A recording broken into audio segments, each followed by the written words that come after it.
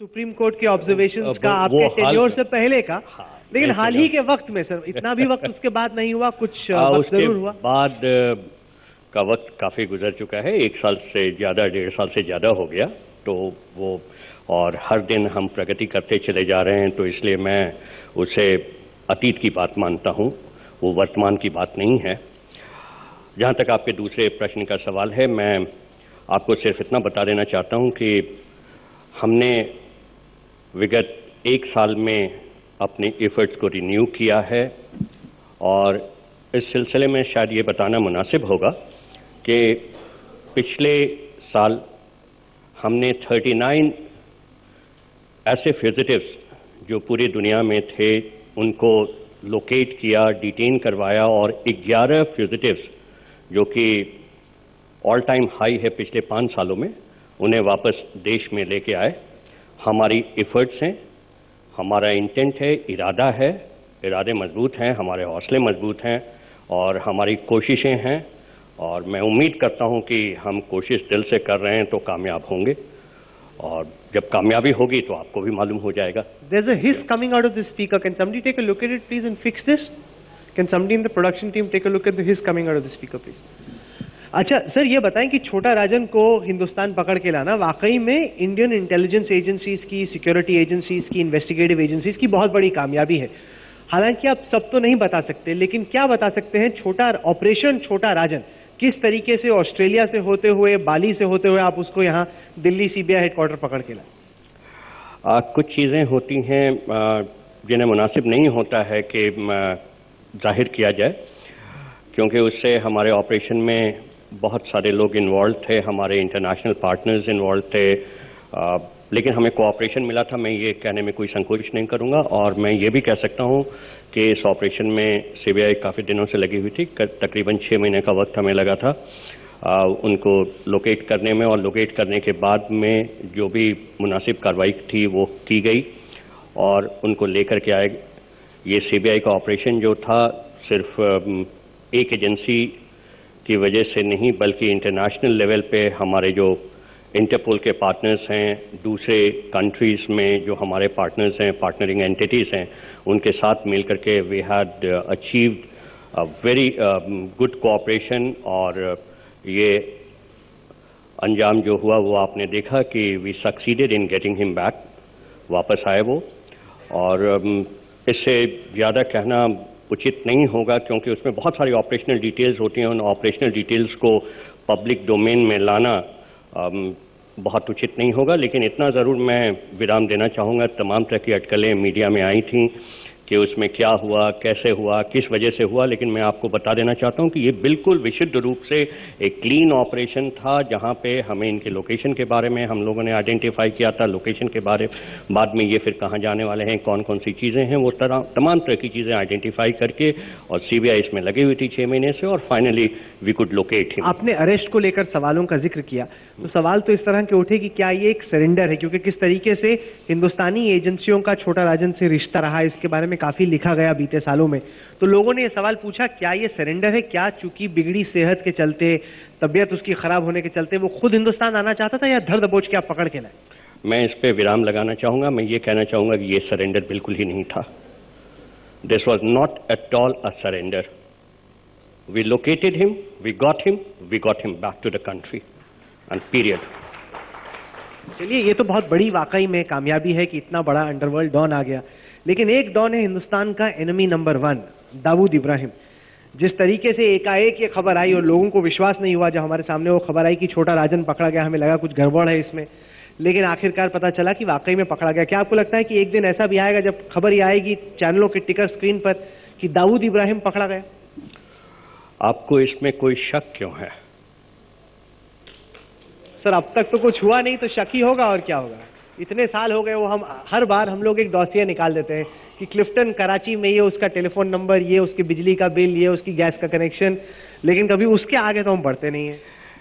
देखिए, जहाँ तक डिपोर्टेशन और एक्स्ट्राडेशन का सवाल होता है, ये सिर्फ एक मुल्क की कोशिशों पे नहीं निर्भर करता है, बल्कि हमारी एफर्ट्स कॉन्सिक्वेंशियल होती हैं, cooperation from other countries also. जैसे इस केस में हमें कोऑपरेशन मिला, उसी तरह की कोऑपरेशन अगर हमें दूसरी कंट्री से मिले तो हम ज़रूर सक्सेसफुल होंगे।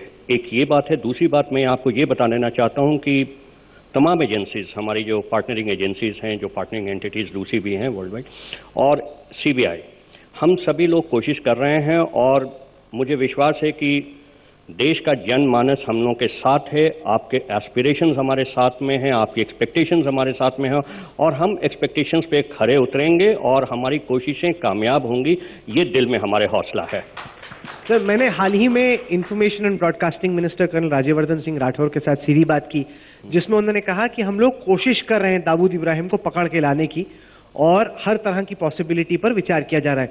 तो क्या आप यहाँ पर एजेंडा आज तक में जो लोग बैठे हैं उनको ये विश्वास दिलाना चाहेंगे कि केवल ये एक कहने की बात नहीं, कागज पर लिखा एक डॉसिए नहीं, लेकिन वाकई में पर्दे के पीछे, जिसके बारे में आप ऑपरेशनली जिक्र लाजमी तौर पर नहीं करना चाहेंगे, वो तमाम कोशिशें चल रही कि दाऊद हिंदुस्तान आए? मैं एक चीज़ आपसे निवेदन करना चाहूँगा। आपने देखा होगा कि पिछले 1 साल में जब से मैं डायरेक्टर सीबीआई के पद पे हूँ, मैं बयानबाजियाँ नहीं करता हूँ, लोगों को अपने शब्दों से यकीन दिलाने की कोशिश नहीं करता हूँ, अपने कामों से यकीन दिलाने की कोशिश करता हूँ, और दिल में हौसला ज़रूर मजबूत है। मैंने आपको कहा है हमारी कोशिशें हैं और हम we are making efforts and our efforts are there, our intent is there, and can have faith in us, that's all that I can say. मैं ऑपरेशनल डिटेल्स, आपने बिल्कुल सही कहा कि ऑपरेशनल डिटेल्स देना बहुत सारी ऑपरेशंस को कॉम्प्रोमाइज़ करने के बराबर हो जाता है। मैं मान सकता हूं कि लोगों की उत्सुकता होगी, लोग जानना चाहते हैं हमारे काम के बारे में, लेकिन ऑपरेशनल डिटेल्स को अगर हम पब्लिक डोमेन में लाएंगे तो हमारे ऑपरेशंस कॉम्प्रोमाइज़ हो जाएंगे, और इसी वजह से उनकी डिटेल्स मैं नहीं लाता हूं और नहीं कोई भी एजेंसी लाना चाहेगी। लेकिन आप विश्वास रखिए, यकीन मैं आपको दिलाना चाहता हूँ। हाँ, वक्त की जहाँ तक बात है, मैं ये आपको कोई डेफिनेट टाइम फ्रेम नहीं बता दूंगा कि आज हो रहा है, कल हो रहा है। ऑपरेशंस ऐसे होते हैं कि ये सक्सीड करने के लिए हो सकता है कि 24 घंटे के अंदर सक्सीड हो जाए, हो सकता है कि इसमें काफ़ी वक्त लग जाए। तो ऑपरेशंस तो बहुत सारी चीज़ों पे कॉन्सिक्वेंशियल होते हैं। सर, दाऊद को लेके एक सवाल ये उठा, क्योंकि एजेंसीज ने कहा कि ये पाकिस्तान में ही नहीं रहता बल्कि कई देशों में ट्रैवल भी करता है। तो चलिए, पाकिस्तान तो हमें सपोर्ट नहीं कर रहा, लेकिन आपके इंटरपोल से इतने अच्छे ताल्लुक हैं, इंटरपोल के डीजी हाल में हिंदुस्तान में थे, आप लोगों की उनसे कॉन्फ्रेंस हुई, तो जब दाऊद इब्राहिम पाकिस्तान के बाहर निकलता है, किसी और मुल्क में जाता है, तब हमने उसको क्यों नहीं पकड़ा? जहाँ तक मैंने आपको अभी तुरंत जिक्र किया था कि बहुत सारी कंट्रीज़ हैं जिनके साथ हमारे कोऑपरेशन के लेवल आगे बढ़ रहे हैं, कर्टसी इंटरपोल भी, कर्टसी हमारी रिन्यूड एफर्ट्स हैं, और मैंने आपको बताया कि कोशिश है। अब मैं आपको ये कैसे यहाँ पे खोल के बता दूं कि किन किन कंट्रीज़ के साथ हमारी कोऑपरेशन चल रही है और इस मसले पे हम क्या कर रहे हैं, लेकिन इतना इत्मीनान रखिए कि देश की एजेंसीज जो हैं वो अपने मकसद के प्रति पूरी तरह से जागरूक हैं। सर, आपके यहाँ आने से पहले उत्तर प्रदेश के मुख्यमंत्री अखिलेश यादव मंच पे थे, सवाल पूछा गया कि सीबीआई से डर लगता है। अच्छा, अब डर उस वजह से सवाल इस परिप्रेक्ष्य में था कि क्या सीबीआई पॉलिटिकल इशारों पर नाचती है? क्या जो उस वक्त की सरकार है वो कहती है, सीबीआई के डायरेक्टर वही करते हैं? ये छवि अभी भी सीबीआई की कुछ हद तक बरकरार है क्या? मैं आपको एक बात खुल के बता देना चाहता हूं कि 1 साल मेरा हो गया डायरेक्टर सीबीआई का पद संभाले हुए, लेकिन मुझे अभी तक किसी ने भी, चाहे वो किसी भी राजनीतिक दल से संबद्ध व्यक्ति क्यों नहीं हो, किसी ने भी कांटेक्ट करने तक की ज़रूरत नहीं समझी। तो इंटरफेरेंस की बात ही अलग है।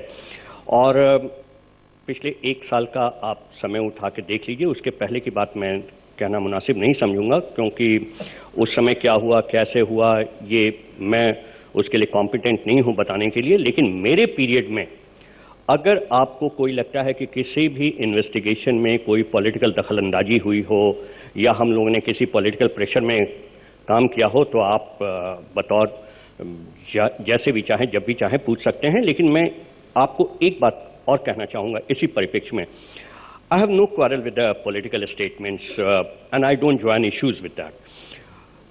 लेकिन आप इतना मान लीजिए कि जब भी कभी हाई एंड करप्शन की बात होती है और उसमें अगर कहीं कोई पॉलिटिकल पर्सनालिटीज़ इन्वॉल्व हो जाती हैं, तो जो पर्सनालिटीज़ इन्वेस्टिगेट होते रहती हैं वो अपनी ओर से कुछ भी कह सकते हैं, हम उनका कोई जवाब नहीं देते, क्योंकि मेरी इन्वेस्टिगेशंस पे, हमारी जो सीबीआई की इन्वेस्टिगेशन है उन पे सवाल करने का जो कॉम्पिटेंस है, वो अथॉरिटी सिर्फ एक सत्ता के पास में सुरक्षित है, और वो है, और जिनका हम रिस्पेक्ट करते हैं, वो है जुडिशियरी।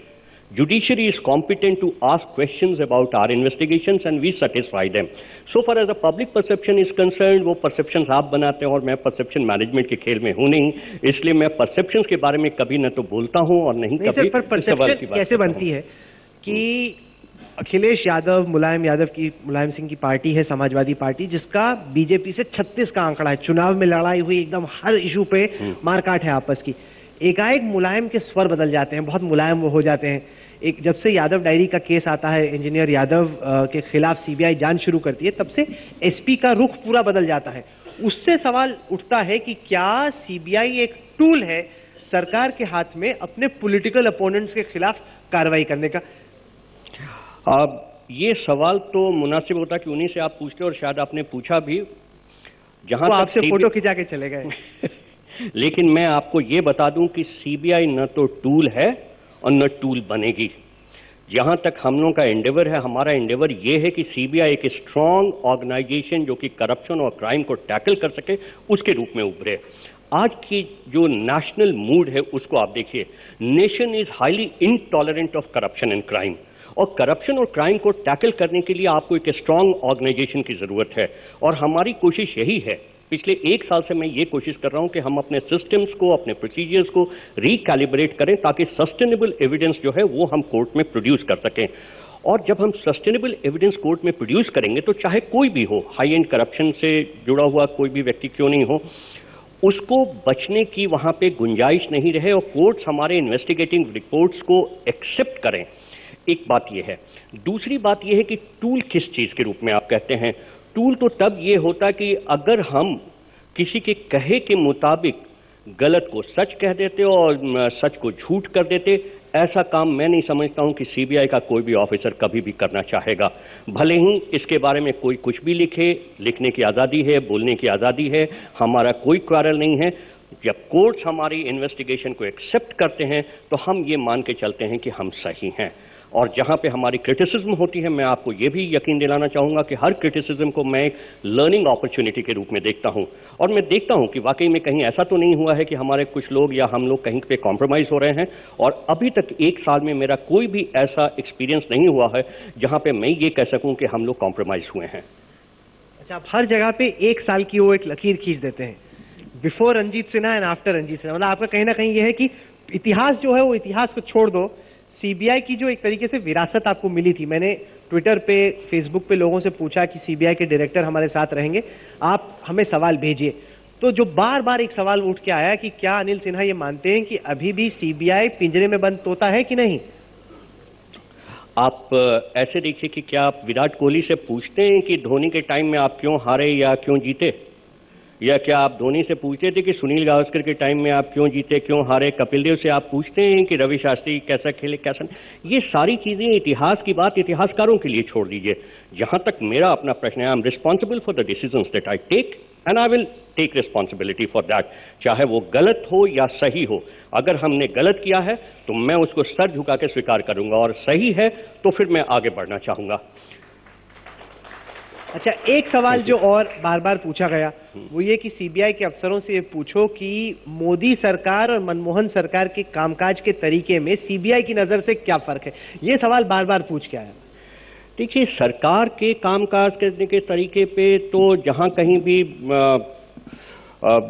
उसका उत्तर देने की बात है वो तो आप लोग बेहतर बता सकते हैं। हमारा तो सरकार के कामकाज पे क्या टिप्पणी हमारी हो सकती है? वो नहीं वो पूछ रहे, वो कह रहे हैं कि सीबीआई की पर्सपेक्टिव से, कि मतलब लाजमी तौर पे जो सवाल है कहने का मतलब ये कि दखलंदाजी के पर्सपेक्टिव से, कि कांग्रेस की सरकार ज्यादा दखलंदाजी करती थी कि बीजेपी की, इस पे सीबीआई डायरेक्टर का क्या कहना?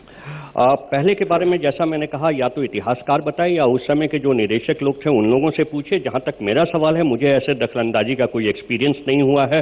एक्सपीरियंस जहां पे नहीं हो उसके बारे में बताना तो एक कयास लगाने वाली बात है। एक भी दफा और पूरे तरीके से देखिए, yes, I am saying it with all sincerity, Arun Jaitley का, ना अमित शाह का, ना नरेंद्र मोदी का, सीबीआई के डायरेक्टर बनने के बाद आपके पास सरकार के किसी भी आला मंत्री का एक भी दफा एक भी कॉल नहीं आया?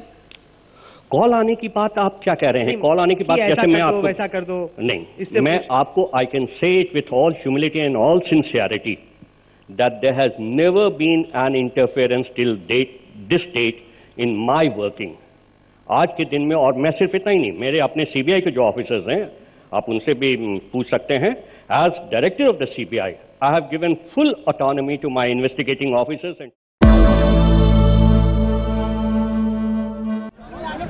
और वो तस्वीरें हम दिखा रहे हैं सलमान खान जिन्हें बॉम्बे हाई कोर्ट से बड़ी राहत मिली है। उसके बाद देखिए उनकी गाड़ी किस तरह से फैंस के बीच घिरी हुई। घर पहुंचे हैं सलमान खान गैलेक्सी अपार्टमेंट उनका बांद्रा में। So guys, do you know why he's Kukkada Kamalda? Because he's a Delhi boy.